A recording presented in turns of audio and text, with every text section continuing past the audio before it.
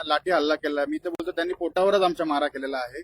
आम्हाला काहीही कोणतीही मुभा त्यांनी दिलेली नाहीये की बाबा तुम्ही सामान बाहेर काढा किंवा काय करा, कोणतीही मुभा दिलेली नाही. आज माझ्या बाजूला असताना हा सोपील त्यांनी तर 64 ची त्याची हे असताना टॅक्स पावती असताना अधिकृत असताना पण त्याच्या 4 वेळा तोडलेला आहे विचारायचं. आज तो काय करणार मला सांगा? तो सोऱ्या मारायच करेल ना. माझ्या बाजूला माझे सहकारी मित्र होता मेंगळ म्हणून गावातलाच आमच्या, त्याचा तर 200 मीटर पासून आतमध्ये होता.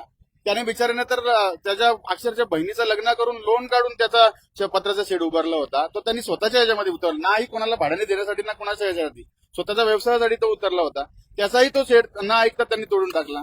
मला असं काहीच म्हणणं नाही की तुम्ही तोडा किंवा काय करा, एकदा आवती तरी द्या थोडासा की बाबा आम्ही जेणेकरून ते काढू शकतो किंवा काहीतरी गोष्टी वाचू शकतात. अशा तरी गोष्टी त्या द्यायला पाहिजे होत्या, त्या त्यांनी अजिबात दिलेल्या नाही. शिवसाहेबांना मी बोलायला नाही बोलतो आमच्याच आता काय सांगू केलेलं आहे. ते करताना पण तुम्ही सगळं दुजाभाव केला. आता या सगळ्या गोष्टी लाईनीमध्ये तोडल्या, जिथे तोडायच्या नव्हत्या, ज्या सगळ्या रिसर रोड सोडून होत्या त्या पण तोडल्या गेलेल्या आहेत. तुम्हाला जर खरंच कारवाई करायची तर तुम्ही स्टेशन परिसरात होता, बाकी अन्य ठिकाणी होत्या त्या तिकडे करायला पाहिजे होत्या. जिथे खरंच याचा मानवी दृष्टीने अडथळा होत असेल त्याला तुम्ही करायला पाहिजे होता. बोल काका, तुम्ही नाही बोलले काका, बोलून घे. आता आमच्याकडे तर काय राहिलं नाहीये आणि आम्ही मराठी माणूस राहून तरी आपल्यावर मी एवढे कन्व्हेन्स केले, रिक्वेस्ट केले, तरी पण त्यांनी काय आपल्याकडून काय दाखवलं नाही.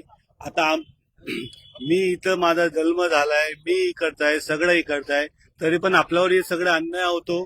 त्याला काय करणार? आणि दुसरी गोष्ट, मला 1 तास दिले, आता हे लोकांनी 8 तास दिले, 8 दिवस दिले. मला त्या टाइमला 1 तास दिले असते, माझे 18 ते 20 लाख रुपयाचा सेट वाचला असता. मी कुठंतरी दुसऱ्या जागी जाऊन केलं असतं. असं वाटतं आम्ही मराठी माणूस इथं नाही राहावा, तर तुम्ही बोला, आम्ही सोडून जातो बाबा, आम्ही नाही राहत महाराष्ट्रात. तुम्हाला असं कुठंतरी मला वाटत असेल की मराठी माणूस संपावा, तर आम्हाला तुम्ही सांगा, आम्ही नाही राहणार. हे आम्ही कुठे जीव देऊन देतो. माझी पारी तर अशी झाली, आमची तर हालत ही झालीच आहे की ना, घरचे माझ्या घरात 5 वर्षाची मुलगी आहे, तिला ही गोष्टी माहीत पडली, तिला ताप आलाय. तुम्हाला खोटं वाटत असेल, चला तुम्हाला तिची मेडिसिन वगैरे सगळी दाखवतो.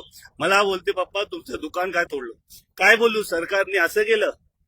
तिला याच टाइम मध्ये तिला काय माहित की आपला महाराष्ट्राचा, आपला देशातलं सरकार गरिबांना नाही किडा समजतात. हे असंच झालं ना की त्या लेकराला, माझा लहान मुलगा 3 वर्षाचा, मला बोलतो पप्पा काय लागलं. काय बोलू, सरकारच्या कारवाईमध्ये माझ्या डोक्यावर पत्र पडला, असं बोलू. त्यांच्या दिमागात हे घालू की आपली सरकार अशी आहे. काल या संदर्भात उपमुख्यमंत्री एकनाथजी शिंदे परवा त्यांच्याशी सुद्धा बोलणं झालेलं आहे. त्यांनी सांगितलं की मी आदेश देऊन सकारात्मक याच्यातून तोडगा काढला जाईल. तरी सुद्धा त्यांच्यापर्यंत सुद्धा हा विषय आम्ही पाठवलेला आहे आणि नक्कीच आम्हाला तिकडनं या सर्व बदलापूरकरांना न्याय मिळेल अशी अपेक्षा आहे. आणि लवकरच लवकर ज्यांना लिगलाइज करायचंय त्यांना सुद्धा वेळ देऊन लवकरात लवकर लिगल करण्यात येतील असे मला आश्वासन वाटतंय. यासाठी उद्या पुन्हा आम्ही शिवसाहेबांची भेट घेणार आहोत.